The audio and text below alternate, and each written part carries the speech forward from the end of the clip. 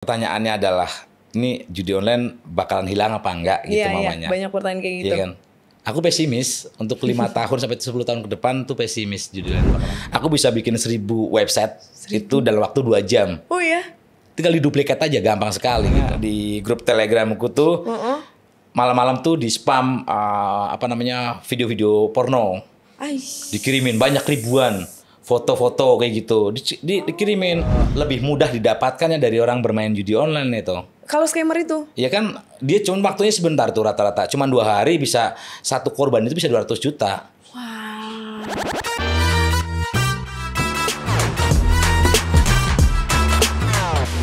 Selamat datang di Keypods. Hari ini kita akan ngobrolin judul lagi. Dan hari ini kita akan ngobrol sama Mas Imam Budi. Siap.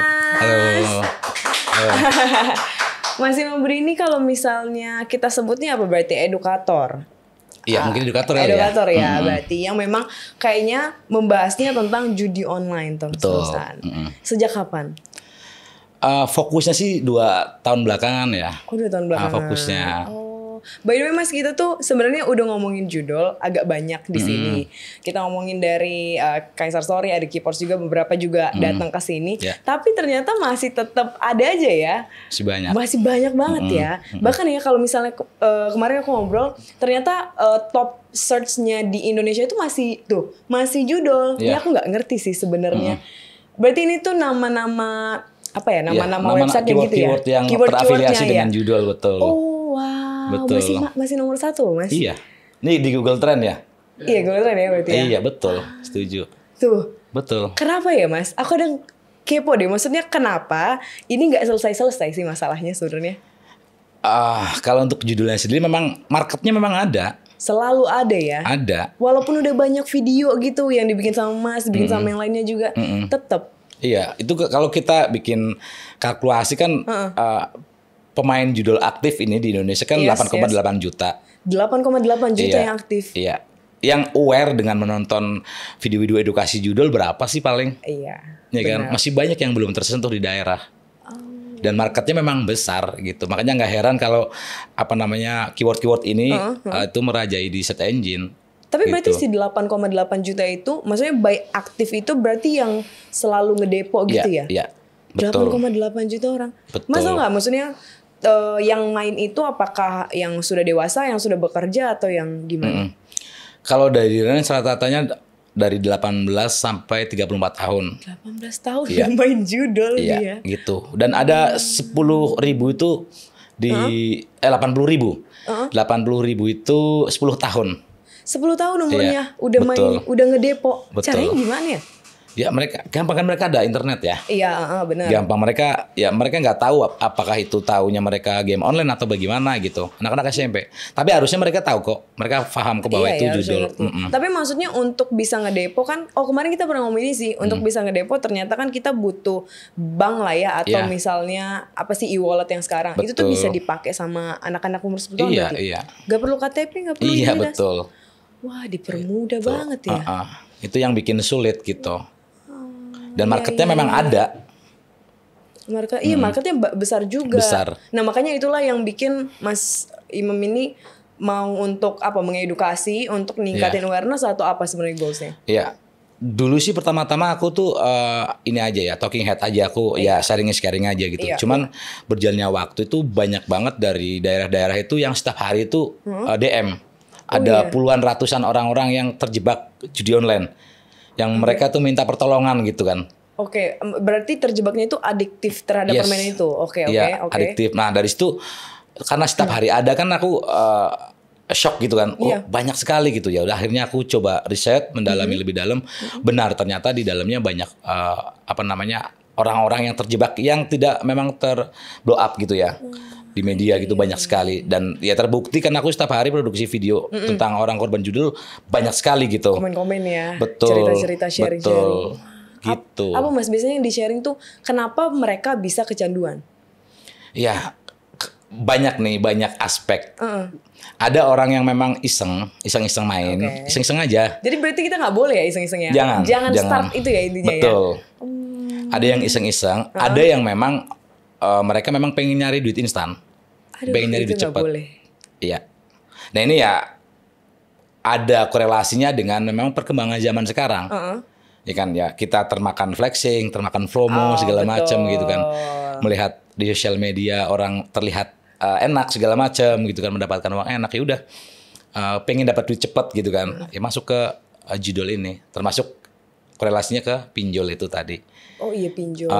Berarti mereka ngedepo mungkin pinjol dulu ya kalau ada duitnya ya. Itu udah pas satu paket itu. Padahal apa yang di sosial media juga belum tentu. Yang ini ya, yang enak-enak itu mungkin dia pinjol juga. Gak boleh ya easy money. Berarti karena orang pengen easy money, tapi emang setiap orang yang iseng dan main udah langsung dapat. Kan enggak juga kan sebenarnya? Enggak juga. Cuman tapi, sifat si permainan ini tuh memang membuat adiktif. Jadi makanya jangan pernah mencoba gitu. Karena memang buat adiktif ini. Jadi kalau mereka memang awal nih nggak dikasih menang gitu kan mereka tetap masih penasaran. Nanti giliran dikasih menang, kepengen nambah lagi. Nanti sampai di titik mereka tuh nggak sadar ternyata uangnya sudah banyak sekali masuk gitu. Dan nggak terima. Gitu. Dan paling banyak memang berdasarkan risetku gitu. Ya orang-orang yang memang kurang literasi. Gitu, ya kurang literasi digital. Jadi nggak ngerti, nggak tahu ada hal-hal yang kayak gini gitu ya Mas. Ternyata di dalamnya ini sebuah industri atau apa mereka nggak paham. Walaupun udah banyak video yang kayak bilang itu kan bukan menang tapi dibikin dikasih menang gitu. Masih banyak yang nggak aware ternyata ya. Mereka nggak aware. Kan udah kita bongkar juga ya bahwa ini settingan segala macam gitu. Mereka paham bahwa itu settingan. Cuman mereka cara berpikirnya ini kali aja aku dikasih menang gitu. Susah kalau kayak gitu ya. Iya, logikanya mereka nggak jalan. Mereka tuh lupa bahwa orang yang berpikir kayak gitu, kali aja aku dikasih menang gitu. Itu kan ada jutaan orang berpikir hal yang sama. Betul. Ya, mereka nggak sampai ke sana. Itu. Dan itulah yang Mas mau kasih literasi hal itu kan kepada masyarakat ya. Dan ini juga Mas, aku baru lihat tadi ya. Kayak ada term psikologis yang bilang kan kita tuh selalu ngedepo besar ya ke judul-judul ini dan semakin besar itu tuh orang semakin enggan sebenarnya untuk berhenti karena kayak udah terlalu besar nih effort yang aku kasih gitu ya. Itu banyak juga yang kayak gitu berarti. Banyak. Jadi sadar, ya? Variatif sekali, betul. Jadi mereka ya tadi kan iseng-iseng segala macam, akhirnya dengan berjalannya waktu mereka udah habis uang banyak umamanya ya. Mungkin kalau kita melihat kelas menengah ke bawah udah habis 20 juta gitu dalam 2 bulan umamanya gitu. Nggak terima, kepengen mengembalikan uang itu. Tapi ya itu yang bikin mereka akhirnya terperosok makin dalam. Kalau udah uangnya udah habis, larinya kemana? Ya ke pinjol. Hutang sono sini, nipu segala macam gitu. Lingkaran setan banget ya berarti. Betul. Ya, nggak bisa berhenti. Betul. Nah tapi yang mainin itu Mas, maksudnya kalau dilihat lagi, karena kan Mas kayaknya ngerti ya sama si judul ini. Apakah ada orang yang memang dia menengah ke atas tapi tetap main judul? Ada. Oh iya, ada. Dan apakah mereka semenderita yang di bawah juga kalau Mas lihatnya? Kalau semenderitanya sih ya variatif ya. Cuman ada, meskipun mungkin perbandingannya sama yang menengah ke bawah lebih sedikit ya. Gitu. Jadi ada yang tadi dari sisi pendidikannya juga ada terus dari tadi menengah ke atas gitu, ada yang bahkan mereka habisnya dia punya perusahaan gitu, habisnya MM-an banyak. Sampai MM-an? Iya. Berapa paling gede Mas? Paling aku ekstrim orang pernah wawancara 42M. 42M untuk main judi? 42 miliar dalam 1 tahun. Wah. Tuh. Kok bisa ya? Iya. Iya mengerikan ya. Aku waktu pertama tuh shock bener. Maksudnya ya aku coba ngeriset, ngelihat kok ada ya zat kayak gini, maksudnya bisa ya orang bisa mengeluarkan uang sampai sebanyak itu rela gitu. Dan tahu nggak yang lucunya lagi? Mereka karena dia punya uang, deponya itu per hari itu 200 juta. 200 juta. Jadi bank itu kan ada limit transaksi sampai jam 12 malam ya. Iya. Itu kan 100 juta. Jadi mungkin jam 12 malam kurang dia udah depo 100 juta. Setelah jam 12 malam dia depo lagi. Jadi biar waktunya tuh range-nya nggak terlalu jauh. Jadi ada uang di sana 200 juta untuk dia mainkan. Sampai seperti itu. Aku tuh bener-bener waktu pertama bener-bener shock nih, kok ada kayak gini gitu. Iya, tapi bener. terbukti memang ada. Makanya jangan sampai nyentuh deh kita. Penyakit ya kenikmatan itu kan banyak ya. Maksudnya ya kenikmatan penderitaan, kenikmatan kalau dikasih menang segala macam kayak gitu. Itu yang mereka lupa soal itu. Ternyata mereka mereka masuk dalam perangkap itu gitu. Bener. Industrinya pun ngasih ya. Maksudnya kayak sekarang juga kan kita ngelihat sekarang malah terbuka banget ya Mas. Kalau dulu kan kayaknya masih diam-diam. Sekarang di komentar-komentar YouTube, komentar-komentar apalagi ya. Kalau Instagram mungkin belum ya. YouTube aku lihat YouTube paling banyak. Ini kolom komentar YouTube. Nah iya benar-benar sasaran. Mas juga kena tapi. Ya banyak. Cuman sekarang udah enggak. Caranya gimana itu? Itu di accept aja, dikecualikan aja, dipilih. Jadi kita bisa kumpulkan keyword, di blok yang kayak gitu di dashboard. Tapi kalau kayak gini tuh mereka kan berani. Ini tuh di Indonesia apa nggak sih sebenarnya? Kebanyakan yang komentar-komentar di YouTube itu kebanyakan kan bot makanya. Iya. Gitu. Jadi ya udah, mereka di Kamboja mereka bermain. Perusahaannya di Kamboja. Iya. Gitu, di Kamboja. Tapi bisa masuk ke YouTube-nya Indonesia ya. Iya. YouTube mereka ada tools tersendiri buat menggrab itu. Gitu dah. Tapi nggak ada ini ya, nggak ada. Maksudnya kan ini terus berjalan ya.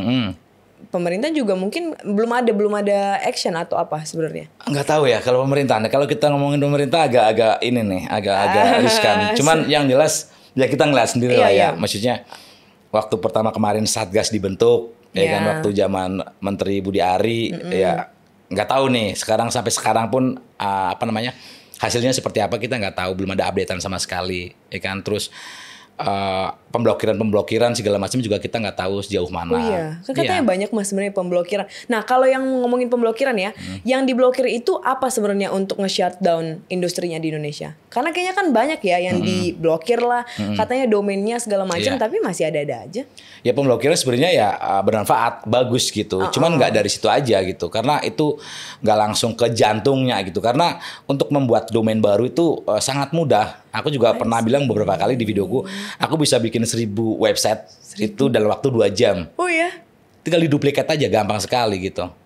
Dan itu yang dilakukan situs-situs judi online ini gitu. Kalau diblokir satu kan gampang, tinggal diduplikat aja. Karena di website itu nggak ada uang. Uang itu manual, ada di rekening lain gitu. Itu cuma ada hanya angka aja. Di website itu kan hanya codingan angka aja udah.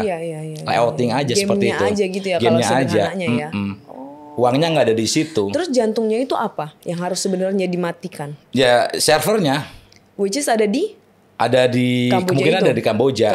Betul, dan regulasi dari pemerintah untuk tidak membolehkan itu bisa masuk ke Indonesia. Betul. Harusnya bisa dan harusnya mampu ya. Bisa, sangat bisa. Tapi gitu. belum, berarti kan ada hal-hal lain yang betul. Oke, gitu. Jadi berarti kita ngomongin di Kamboja lagi ya Mas. Maksudnya belakangan ini juga aku ngeliat banyak sekali video-video yang orang Indonesia pergi ke Kamboja. Terus habis itu disiksa. Itu video bener? Sepengetahuanku sih ya benar. Jadi memang ada orang-orang Indonesia yang ditarik ke sana, dipekerjakan dan disiksa. Wah. Ya motifnya macam-macam. Kemarin kan ada yang berita viral itu katanya dia kriminal di sana. Iya, ada yang coba lari. Ada yang coba lari gitu. Dan benar-benar disiksa segitunya. Caranya mereka untuk menjaring orang-orang kita tuh gimana ya Mas? Kalau di judi online, mereka untuk menggaring karyawan ya, yang ngambil dari negara kita gitu ya. Sepengetahuanku mereka dari mulut ke mulut gitu. Oke. Paling banyak di luar pulau itu. Mungkin kalau mau disebutin ya kayak Palembang, Lampung, segala macam, Sumatera segala macam itu kan banyak anak-anak muda yang mereka pada nggak bekerja gitu. Ya udah dimimingin gaji untuk ke luar negeri itu tadi gitu. Tapi berarti ada agen Indonesianya dong ya yang ngajakin ke mereka. Karena kan nggak mungkin orang Kamboja asli kan? Iya. Jadi maksudnya ada agennya ngajakin mereka untuk pergi ke sana, diiming-imingin lah gaji berapa misalnya Mas? Gaji belasan mungkin, apa enggak? Ada tergantung dari mungkin dari pendidikan dan jabatannya mungkin ya. Oke, gitu. diiming-imingin gaji. Mungkin kalau mungkin sekolahnya mungkin SMP gitu ya, nggak tamat SMA ya mungkin dianggap 4 jutaan. Kalau yang mungkin SMA mungkin ada yang 8 juta, tergantung jabatannya juga. Itu dari mantan admin yang pernah cerita ke aku seperti itu. Oh iya, ada banyak cerita ke Mas juga ya. Dia cerita, jadi ada berapa role yang dibutuhkan emang Mas di sana? Admin, terus apa lagi? Kreator nanti untuk dia buat marketingnya, mereka kan bikin video-video buat promosi ya kan, buat marketing mereka kan butuh orang-orang yang paham soal itu gitu. Itu lumayan gajinya tuh sekitar 12 jutaan. 12 jutaan. Ya, itu informasi yang saya dapatkan. Ya untuk orang-orang yang mungkin nggak tinggal di Jakarta ya cukup gede ya angka itu ya. Terus gampang lagi mungkin ya. Terus di sana berarti dibayar di cover semua untuk pergi ke Kambojanya? Iya, di cover semua. Di cover semua? Di cover semua. Cuman dia ngutang nih. Jadi Ngutang ya, jadinya. jadi di cover dulu, nanti auto debit diambil. Ke deposit gitu, Gitu, ya awal-awalnya iya. ya. Ya ampun. Terus habis itu untuk pergi ke sana, berarti itu lagi ya, maksudnya berarti mereka emang tanpa paksaan untuk pergi karena ketidaktahuannya gitu kan? Iya, iya. Betul. Mereka nggak tahu kalau di Kamboja ini cara kerjanya seperti ini kan mereka nggak tahu. Mereka ya taunya kerja aja udah gitu. Dan nggak bisa pergi, maksudnya nggak bisa pulang dari sana. Ya Nggak kalau untuk segampang itu. ya nggak segampang itu, nggak seperti di Indonesia kalau kita nggak betah bisa resign kayak gitu kan, namanya di negara orang gitu kan. Apalagi sudah ada perjanjian tadi kan kita juga ngutang segala macam kan sangat susah. Gitu. Biasanya dari cerita-cerita yang dapat ya Mas, maksudnya cara mereka pergi tuh akhirnya gimana? Cara kabur gitu, atau misalnya apa syarat untuk bisa mereka cabut dari tempat itu? Kalau mereka kerjanya benar gitu mungkin ya, nggak melakukan kriminal segala macam, ya mereka setauku harus membayar sejumlah uang. Untuk membayar sejumlah uang dari utangnya dia, termasuk dia ada term and conditionnya lah gitu, berapa puluh juta gitu untuk dia bisa pulang. Susah gitu. Susah juga kan sebenarnya kalau dia gajinya nggak, ya kalau misalnya disuruh bayar 3 kali lipat, susah kan tetap. Betul. Akhirnya stuck gitu. Iya benar, dibuat tidak bisa ada jalan keluar ya. Itu ada yang di Kamboja dan di Indonesia pun banyak sebenarnya admin online. Banyak di Indonesia. Ada kantornya berarti di Indonesia? Enggak, maksudnya dia freelance lepas saja. Oh, tapi sambungnya, maksudnya connect-nya ke Kamboja. Iya, gitu. Ada banyak yang mereka tuh kerjanya online di sini untuk mencari member-member ya. Iya. Itu ada di sini banyak. Tapi mereka itu aman nggak Mas? Karena kan di Indonesia kan, aman nggak menurut Mas? Kurang tahu juga ya, nggak tahu nih dari Satgasnya tahu apa enggak bahwa ada orang-orang yang di sini jadi apa ya, agent marketingnya lah gitu kan. Betul. Pegawai lepasnya gitu, tahu apa enggak. Tapi ada yang sudah cerita sama aku, dia pegawai dari Judol, jadi agentnya gitu loh. Ya kayak kita kerja di rumah pakai HP terus promosiin segala macam, ngajak-ngajakin orang jadi member kayak gitu, dan banyak masif. Nah ini pertanyaannya dari Satgas tahu apa enggak gitu? Harusnya tahu nggak sih? Harusnya sih tahu. Harusnya tahu. Tapi mungkin ya entah sulit kah atau entah memang gimana kita nggak tahu. Tapi harusnya sih Satgas tahu lah ya, kayak gitu. Tapi apakah keamanannya lebih apa ya bahasanya Mas? Lebih aman kah karena dia kan di Indonesia daripada di Kamboja gitu maksud aku? Ya harusnya lebih aman. Lebih aman. Tapi kan mereka tuh nyimpen, jadinya kan mereka tahu ya seluk-beluk yang di Kamboja. Apakah nggak mengganggu keamanan mereka? Nggak terlalu. Yang di Indonesia ini yang kemarin cerita sama aku tuh dia nggak terlalu tahu detail ya yang di Kamboja seperti apa. Dia tugasnya adalah marketing untuk mencari member-member, nanti dia dapat fee dari sana, itu aja, sebatas itu aja. Oke.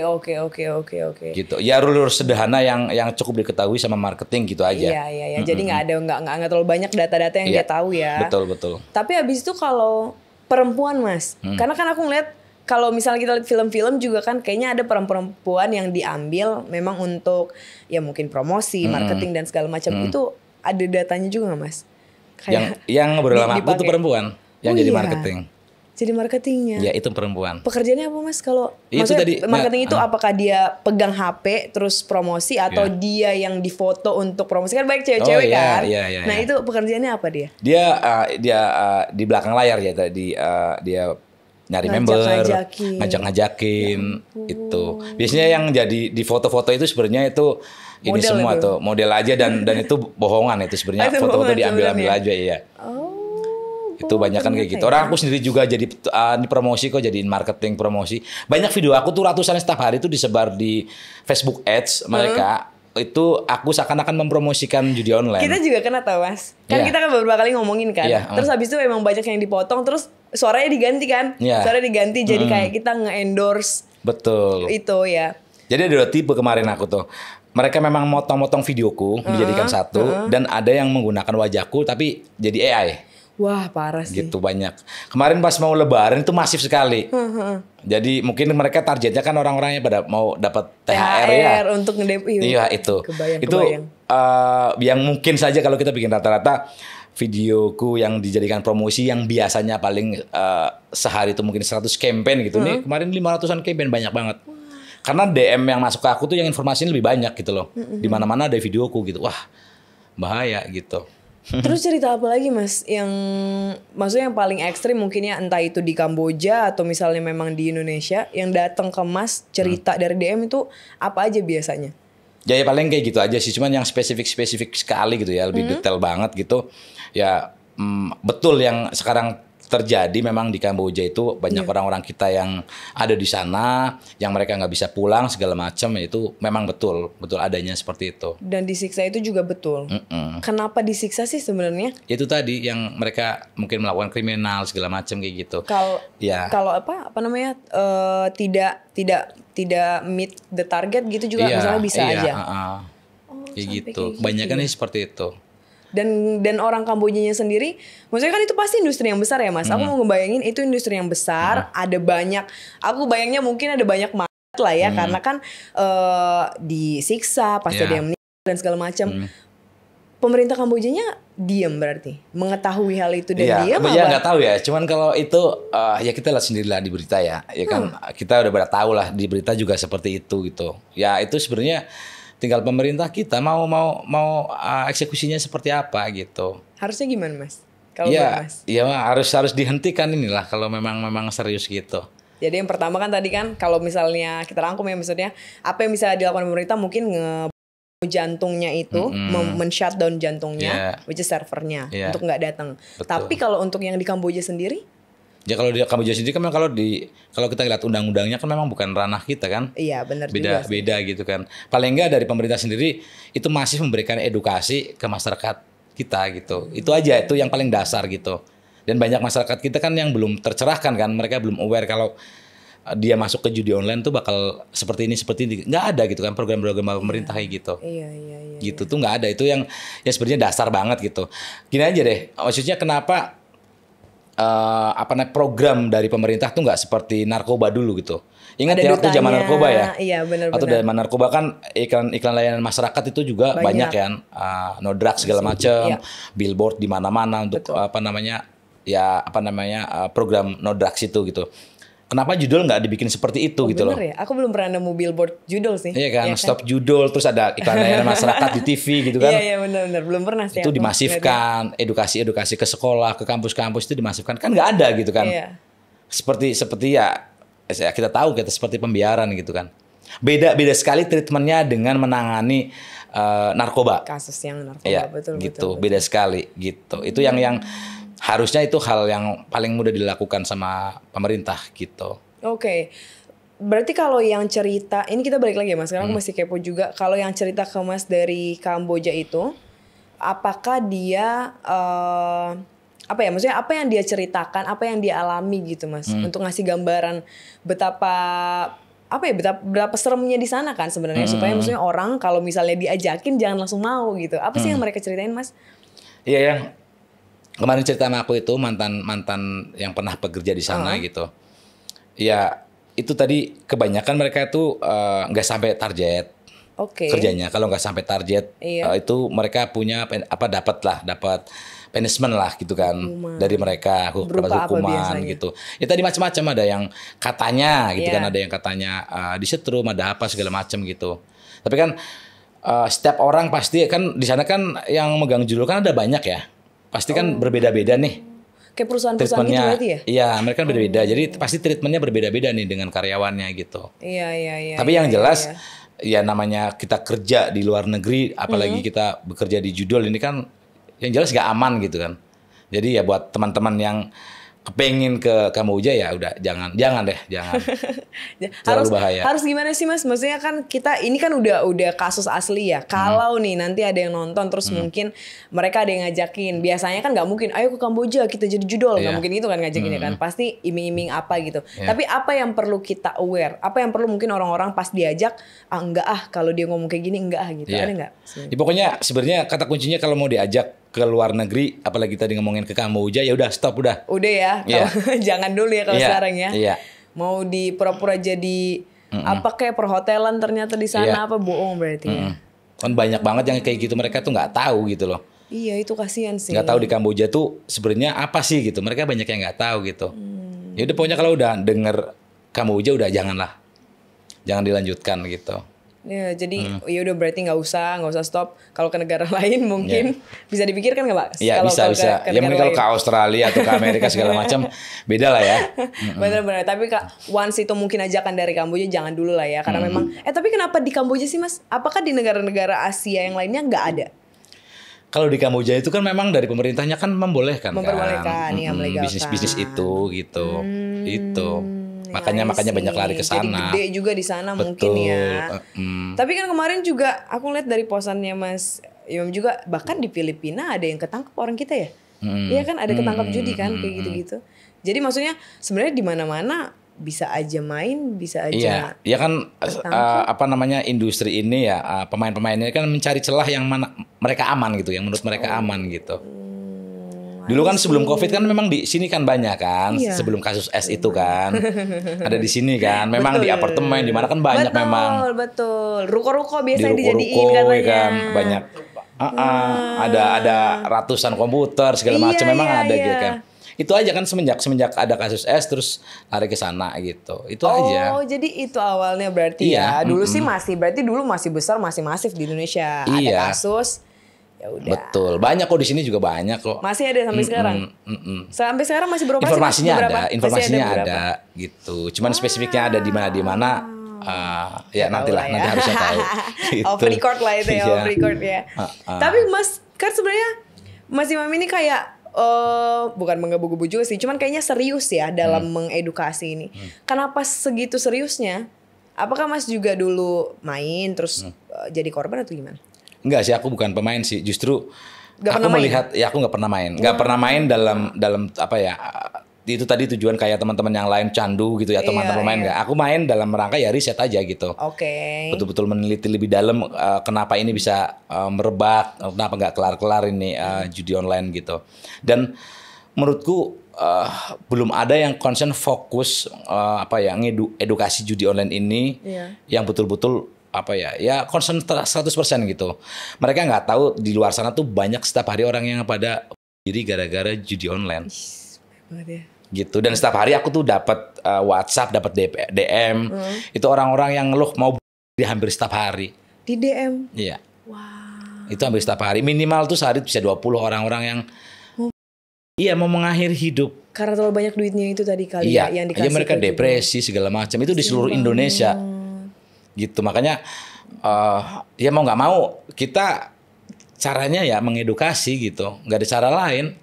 Bikin mereka aware bahwa ini tuh sebenarnya kayak gini loh gitu. Ya kalau kita hidup di kota besar gitu kan, kita masih mudah mendapatkan informasinya mungkin ya. Setuju. Tapi kalau yang di daerah ini kan mereka nggak paham, apalagi mereka yang kekurangan literasi, yang notabene mereka mohon maaf secara pendidikan mereka kurang segala macam. Nah ini yang perlu kita kasih tahu.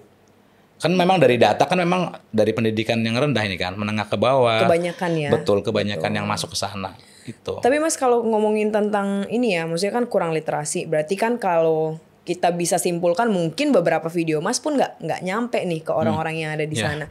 Apakah ada proyekan atau mungkin action dari Mas Imam sendiri untuk pergi ke sana langsung misalnya ngasih edukasi, ngasih sosialisasi itu ada nggak? Iya sih, kita ada plan ke sana, ada plan kita mau masuk ke event-event kayak gitu ya, ke daerah-daerah seperti itu.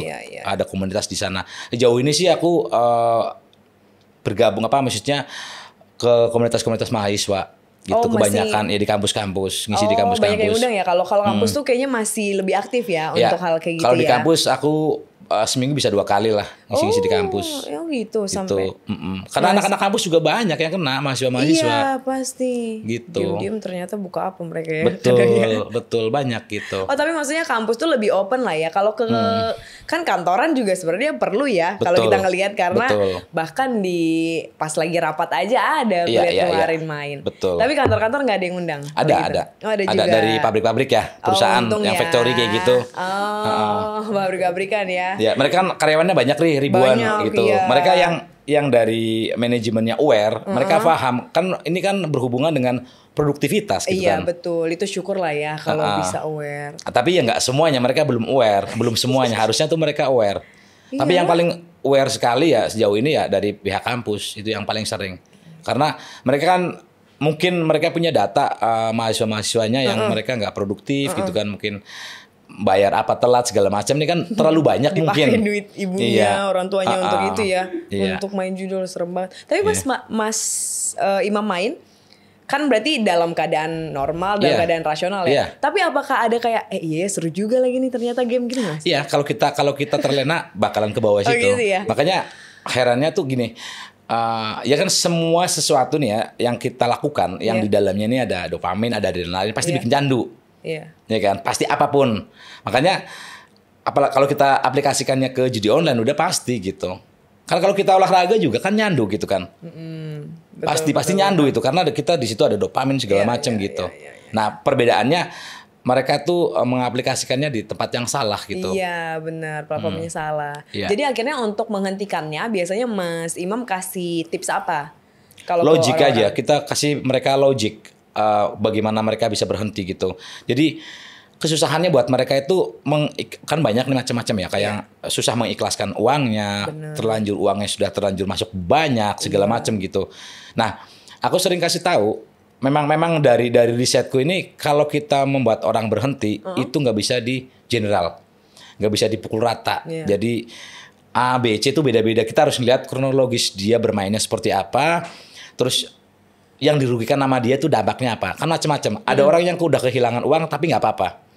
Dia maunya sanksi sosialnya nggak kena. Kan ada orang yang dapat sanksi sosial juga nih, dikucilkan di keluarga, dikucilkan di mana karena dia udah sempat bohong segala macam, menipu segala macam, kriminal gitu. Dia mau itu nggak ada. Uang yang udah keluar ratusan juta nggak apa-apa gitu. Ada tipikal orangnya kayak gitu. Ada tipikal orang nggak apa-apa, aku dapat sanksi sosial, dimusuhi nggak apa-apa, dikucilkan nggak apa-apa, tapi uangnya balik. Nah gitu-gitu kan. Jadi memang treatmentnya kita harus ngelihat kronologis per orangnya, kenapa dia bisa terjerumus dan sebab-sebabnya apa aja, dampak-dampaknya gitu. Dan kalau misalnya mereka nge-DM Mas, maksudnya kan banyak ternyata yang dan segala macam. Terus apa yang Mas kasih? Maksudnya kan nggak bisa juga mengontrol ya kalau puluhan yang mau kayak gitu melakukan hal kayak gitu gimana Mas? Iya, itu memang kan terlalu banyak gitu kan. Ya kalau aku schedule kan pasti kan ngobrol nih. Biasa ngobrol gitu. Ya aku bakal ngelihat dari hulu ke hilirnya kan, lu masuknya dari mana, awal kenanya tuh kenapa, apakah benar-benar nyari duit atau apa gitu. Dan ternyata mereka juga banyak yang nggak paham bahwa judul ini tuh industri loh. Mereka harus kasih tahu bahwa ini tuh industri, ini bisnis gitu. Terus soal masalah settingan segala macam. Logika mereka segala macam, hal dasar aja ya. Kenapa mereka bisa logika dasar yang mereka tuh betul-betul nggak dipakai? Itu hal sederhananya seperti ini. Saat kita beli barang sesuatu di marketplace gitu, contohnya kita beli di marketplace Facebook gitu ya, kita suruh transfer dulu, pasti nggak mau, takut ketipu, ya. Tapi dia transfer duluan ke orang yang nggak pernah dia kenal, bukan ke atas nama lembaga. Kan mereka kan saat deposit itu kan bukan atas nama PT, atas nama orang, macam-macam namanya itu nama macam-macam, nama orang-orang kita semua, gitu. Dan itu rekening-rekening yang dari Indonesia yang dibawa ke sana, ya kan? Nah dari sana aja logika dasar seperti itu aja mereka nggak paham. Oh iya ya, akhirnya pas kita kasih tahu iya. Kalau kamu kan banyak katanya yang di Max Win banyak nggak dibayar, lo mau nuntut siapa? Kalau kamu beli di marketplace, di Shopee, Tokopedia, kalau barangnya nggak datang, dibantuin sama Tokopedia-nya kan? Ada yang menggaransi gitu ya. Betul. Ini kan logika dasar kan?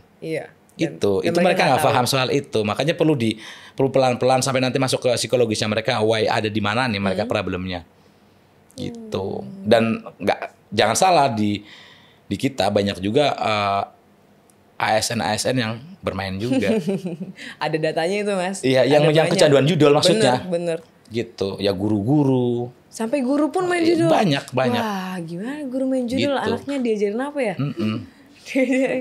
Tapi Mas akhirnya kalau mereka nge-DM, kan Mas udah ngerti lah ya apa yang bikin mereka kayak gitu. Terus ada yang gagal. Maksudnya apakah Mas berhasil untuk mereka jadi nggak jadi? Apa gimana? Ada. Ya mungkin nggak semuanya ya. Tapi ya tetap ada mereka yang akhirnya cancel bertobat juga. Ada yang nggak berhasil, ada yang nggak berhasil. Maksudnya ternyata mereka masih bermain, ada. Tapi yang berhasil juga ada. Banyak juga yang mereka ngubungin aku udah setahun, terus ekonominya sudah membaik, terus pamer gitu kan, Mas aku udah ini banyak juga yang senang, gitu ya, yang dulu udah sempat pisah sama pasangannya gitu kan, sama suami istri, sekarang udah balikan lagi, banyak yang kayak gitu-gitu juga banyak. Oh iya ya, banyak. Kalau yang nge-DM Mas itu, mereka tuh pengennya apa sih sebenarnya? Kalau yang sampai melakukan itu ya dan segala macam, itu mereka pengen duitnya balik atau memang pengen berhenti aja untuk mulai hidup baru atau apa sebenarnya? Iya, kebanyakan pengen berhenti. Mereka bingung stepnya. Jadi kalau masalah duit, udahlah gue udah ikhlas gitu kali ya. Yang penting gue bisa berhenti gitu ya. Dan gimana caranya berhenti mereka bingung. Bingung, bahkan untuk cara berhenti bingung ya. Padahal tinggal matiin HP aja juga bisa kan. Iya. Tapi apa yang Mas Imam kasih ke mereka cara stop apa? Ya itu beda-beda tadi yang aku bilang. Jadi treatmentnya berbeda-beda. Aku melihat problemnya dulu nih, dia ada di mana. Tapi berarti dia harus nelfon, bukan nge-DM. Harus. Gak ada cara praktis yang kayak, udah lu pokoknya jangan apa gitu. Ya kalau mereka punya tadi literasinya bagus, itu kan aku ada e-book ya. Aku kasih e-book tuh, mereka suruh baca dulu, mereka bisa nyambung apa enggak. Dengan dia mau baca dulu kan berarti apa kognitifnya dia udah terbangun nih, mau baca berarti kan. Dengan mau membaca aja udah senang gitu kan. Masalah nyambung atau nggak nyambungnya udah yang penting diusahakan membaca dulu gitu kan. itu kalau literasinya bagus gitu.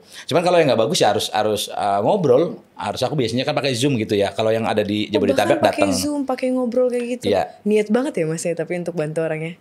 Berat nggak Mas? Berat banget. Berat. Apa Mas yang biasa jadi? Kadang-kadang nggak nyambung namanya. Kadang-kadang kita ngomongin mereka karena literasinya tadi nggak bagus gitu kan, kita coba masuk ke dunianya mereka gitu kan dengan bahasa yang sangat sederhana sekali gitu. Ya itu yang kadang-kadang bikin PR. Tapi ya kadang-kadang senangnya kalau mereka memang berhasil gitu. Jadi mungkin yang aku sering bilang juga dari 5.000 penonton gitu. Satu orang yang nggak jadi bundir aja udah mantap gitu. Benar. Gitu. Menyelamatkan satu jiwa ya. Tapi Mas selain dari maksudnya selain challenge yang kayak gitu, apakah ada challenge di luar? Karena kan ini ya kita harus mengerti juga ya kalau ini industri yang besar pasti berkaitan dengan banyak orang-orang, banyak pemerintah dan segala macam. Apakah ada yang threatening Mas juga? Ada yang mengancam atau apa? Kalau nggak ada sih. Kalau yang dulu-dulu itu pernah ya waktu pertama gitu mereka telepon via Instagram. Ditelepon aja, teror aja malam-malam gitu. Biasanya terornya dalam bentuk? Di telepon kayak Instagram. Stop doing. Nggak ngomong. Jadi diangkat mati, nanti telepon lagi diangkat mati kayak gitu aja sih. Tapi harusnya sih dari bandar-bandar ya yang ada di Kamboja ini, mereka aku tuh nggak ada urusan dengan mereka. Iya sih sebenarnya. Aku cuman berurusannya dengan masyarakat Indonesia, mencerdaskan anak bangsa, ngedukasi, udah gitu. Jadi aku sering bilang juga analogiku tuh, ya aku nggak bisa nutup pabrik rokok. Aku cuma ngasih tahu, lu jangan ngerokok karena asap ini masuk ke paru-paru lu, nggak bagus. Berbahaya. Kalau lu pabrik rokoknya yang nutup pemerintah bukan aku. Iya. Gitu. Jadi sebatas itu aja gitu. Aku nggak ada urusan dengan, nggak ada saingan bisnis juga dengan bandar segala macam. Ya tugas kita gitu cuman mengedukasi masyarakat Indonesia aja. Karena ini kan sumbangsih terbesar Indonesia gelap ya dari judi online ini. Betul, setuju. Jadi berarti nggak takut ya? Karena ya walaupun agak riskan tapi ya itu tadi kan aku sih yakin dari bandar-bandar ini paham kok maksudku. Maksudnya mereka pasti sekecil apapun mereka punya naluri bahwa aku nih Imam Budi sedang mengedukasi masyarakat Indonesia kok.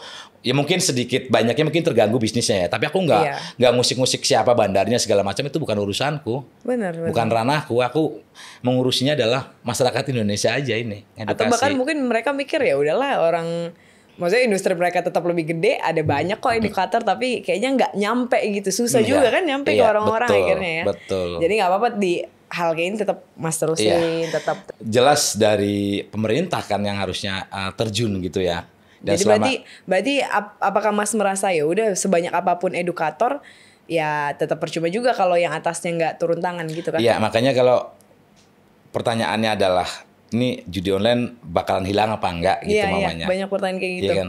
Aku pesimis untuk 5 tahun sampai 10 tahun ke depan tuh pesimis judi online bakalan hilang. Karena ini udah ya kan ini pemegangnya kan maksudnya ambil alihnya harusnya dari pemerintah gitu loh. Pemerintah yang harus terjun gitu kan, tadi Satgas, Komdigi segala macam gitu kan.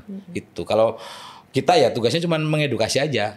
Tapi tetap makin banyak gitu kan, dari data kan semenjak adanya Satgas pun pemain judinya makin banyak gitu kan. Jadi nggak berkurang gitu loh. Nggak ada pengaruhnya dari Satgas. Adanya Satgas itu nggak berpengaruh dari pemain judi gitu. Makin banyak. Iya ya. Jadi memang benar-benar harus masyarakatnya aja yang aware ya. At least kan kalau kita aware mungkin ya nggak ada yang main lagi ya, tutup sendiri industrinya mungkin betul, kayak gitu kali ya. Setuju. Dan itulah yang sedang Mas Imam lakukan. Berarti nextnya apa Mas yang mau dilakukan lagi selain YouTube, selain edukasi lewat YouTube apa lagi? Ya tadi aku sih rencananya kepengen bisa masuk ke ranah-ranah ke daerah-daerah ya. Kita bikin komunitas di sana, kita bikin event di sana. Karena banyak di daerah ini yang mereka tuh nggak tersentuh gitu loh. Yang di kampungnya mereka tuh mewajarkan bermain judi online gitu. Banyak yang seperti itu. Jadi banyak di tiap kampung itu mereka berkumpul main judi online dan itu diwajarkan. Masih ada ya? Iya banyak. Gitu. Dan judi online ya, padahal kan ada judi-judi yang, maksudnya kebayangnya kalau di kampung apa yang kayak sabung-sabung ayam itu kan judi juga kan Mas. Tapi mereka kena judi online ya? Mungkin lebih mudah. Ini kan lebih mudah gitu. Dan itu yang aku kepengen ke sana sih sebetulnya, kepengen ke area itulah gitu. Cuman memang butuh effort besar kayaknya. Pasti biaya juga mungkin ya, dukungan segala macam. Ada lagi Mas mungkin? Mungkin ini aku kan selain edukasi judi online aku juga edukasi scam ya. Jadi kan banyak korban-korban penipuan online ini yang ngobrol dengan aku juga nih. Dan ini pun satu paket dengan judi online. Gitu satu industri. Gitu scammer. Gitu. Jadi kemarin yang pada dipulangkan ke Indonesia kan banyak kan mereka kerjanya di scammer juga kan. Itu banyak sekarang. Aku kan ada grup nih di Telegram. Nah, grup Telegram ini kan aku kumpulkan orang-orang yang menjadi korban penipuan. Itu kan banyak nih. Ada yang satu orang tuh kenanya bisa 200 juta, 300 juta. Itu korban penipuan betul-betul loh. Modusnya macam-macam. Ada apa? Love scam, ada pekerjaan freelance, banyak banget kan kayak gitu. Banyak banget.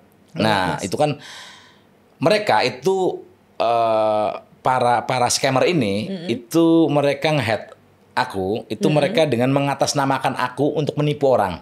Jahat banget. Itu banyak banget Masif. Makanya teman-teman kalau nonton itu nanti kalau ngelihat orang atas nama aku yang nipu tuh bukan aku, udah bikin videonya gitu. Dan itu banyak. Yang tahu-tahu datang ke aku tuh marah-marah. Marah-marah. Dikira nge-scam ya? Iya, dikira aku tuh scammernya gitu. Banyak loh Mas kayak gitu tuh. Yang aku yang pernah yang freelance itu juga Mas, banyak yang nanti ngisi-ngisi apa gitu, tapi habis itu ngedepo-depoin duit kan. Berarti itu satu industri sama. Iya, betul. Itu mereka sindikat juga sama kayak gitu. Apakah di Kamboja juga bukan? Iya, banyak yang di Kamboja juga. Oh gitu. Banyak di Kamboja juga. Tapi jago juga mereka ya. Kalau aku ngeliat iya benar ada kayak berapa, jadi yang aku lihat ya mungkin buat aware juga, jadi nanti dikasih tugas, nanti per tugasnya biasanya nge-like-in video tuh ya kan, nge-like video doang terus dapat berapa belas ribu, terus nanti lanjut lagi ke tugas berikutnya, tapi nanti di tugas keberapa gitu harus bayar kan, harus deposit. Nah, dan itu korbannya banyak sekali sampai sekarang. Banget Mas, karena di Telegram aja aku bisa ngelihat satunya itu tuh bisa 10 ribuan orang, bayangin gak? Dan masih banyak yang tanya-tanya loh, banyak yang kepo. Gitu. Dan itu lebih mudah didapatkannya dari orang bermain judi online itu. Kalau scammer itu? Ya kan dia cuma waktunya sebentar tuh rata-rata. Cuma 2 hari bisa satu korban itu bisa 200 juta. Tapi iya sih. Dan itu gampang tugasnya soalnya. Iya, dan itu terjadi bener-bener ada orang mau ngeluarkan duit dalam waktu 2 hari itu sampai ratusan juta gitu. Kalau di judi online mungkin 200 juta bisa seminggu mungkin ya. Kalau yang menengah ke bawah gitu ya. Ini lebih cepat gitu, dan kebanyakan ibu-ibu korbannya. Ih, kasiannya duit gitu. Belanja rumah itu padahal ya. Banyak kan minjem, mereka ada yang malah minjem ke pinjol, terus ada yang menggadaikan apa. Jadi di situ tuh mereka memang si scammer ini nih membuat pressure si korbannya.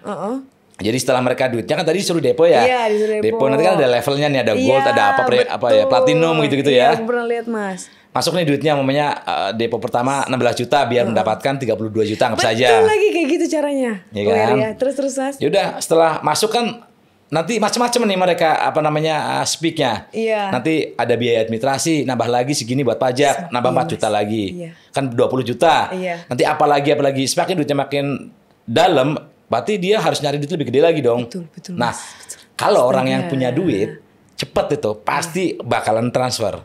Kalau orang yang nggak punya duit itu pasti bakalan pinjol segala macam. Bahkan cara pinjolnya orang yang nggak pernah pinjol dikasih tahu caranya. Dibantu sama di treatment, dipandu untuk dia bisa mendaftar pinjol.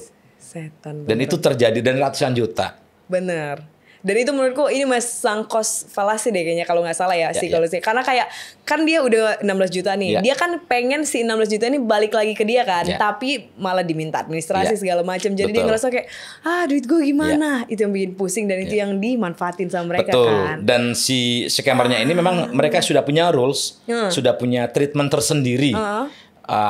Untuk kalau orang ini A, dia bakalan B. Kalau orang ini C, dia bakalan D. Dia udah punya treatment sendiri. Jadi kan kebanyakan yang kena tipu tuh yang dianggap dihipnotis gitu ya. Iya. Kan ini kok gampang ini bingung lah dibikin mereka dibikin fresh banget gitu kan. Dibikin stres segala macam, dibikin depresi karena butuh waktu cepat untuk mendapatkan uang segini gitu kan. Karena dikasih waktu juga biasanya kayak 30 menit kalau enggak hangus bla bla gitu kan biasanya. Gitu, betul. Ya ampun, nah, itu nggak ada hipnotis, nggak ada apa-apa. Itu memang cara mereka mentreatmentnya kayak gitu. Kalau kita lihat rulesnya, setiap orang kalau dibikin seperti itu bakalan kena gitu. Apalagi uangnya udah masuk. Ngerti nah, sih. itu yang scammer ini lebih jahat daripada buzzer-buzzernya judul menyerang aku. Oh gitu. Iya, mereka menyerang aku tuh langsung kayak gitu. Jadi di grup Telegramku tuh malam-malam tuh di spam video-video porno. Dikirimin banyak ribuan foto-foto kayak gitu. Dikirimin. Terus orang-orang yang di situ, member-memberku itu ditawari untuk pengembalian dana. Jadi seakan-akan dibantu.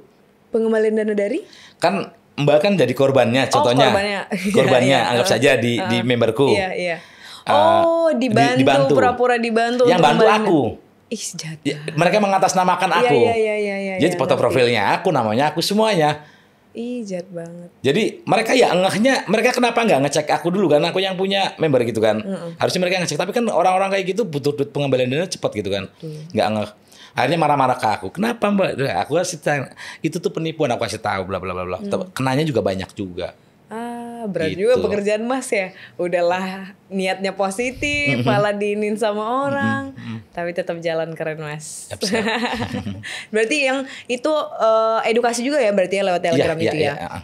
Jadi berarti 2 goalsnya Mas ya. 1 judul, 1 scammer. Scammer ini nggak bakal habis nih karena teknologinya bakalan makin canggih. Mereka cara menipunya.